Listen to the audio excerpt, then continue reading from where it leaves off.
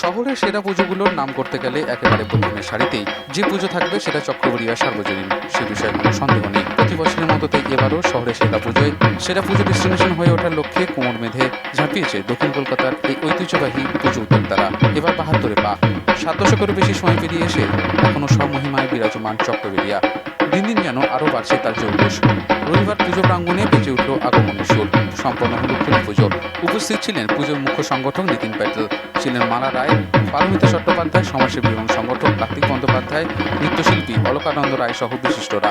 তবে পুজোর থিম সম্পর্কে এখনই কিছু ঘোষণা করতে চান না উদ্যোক্তারা, সেটা থাকছে সারপ্রাইজ। তবে পুরনো বাঙালি সংস্কৃতি ও নস্টালজিয়া উঁকি দেবে চক্রবেরিয়া চৌঘাটে, আভাস এতটুকুই।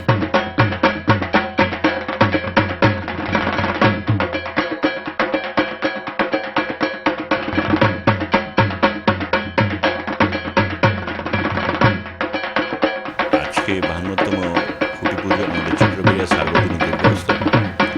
আজ থেকে আমাদের এই দুর্গা পূজা উৎসবের সূচনা দিলাম। এবারের আমাদের আর্টিস্ট হচ্ছে অনির্বাণ। প্রত্যেক বছরের নতুন এবারও চক্রবেরিয়া প্রস্তুত একটা নতুনভাবে চমক দিতে। আশা করি বাংলার জনগণ চক্রবেরিয়া এই দুর্গা উৎসবকে উপভোগ করে আনন্দ করবে। আর প্রত্যেক পল্লীবাসীদের আমার শুভেচ্ছা, অভিনন্দন।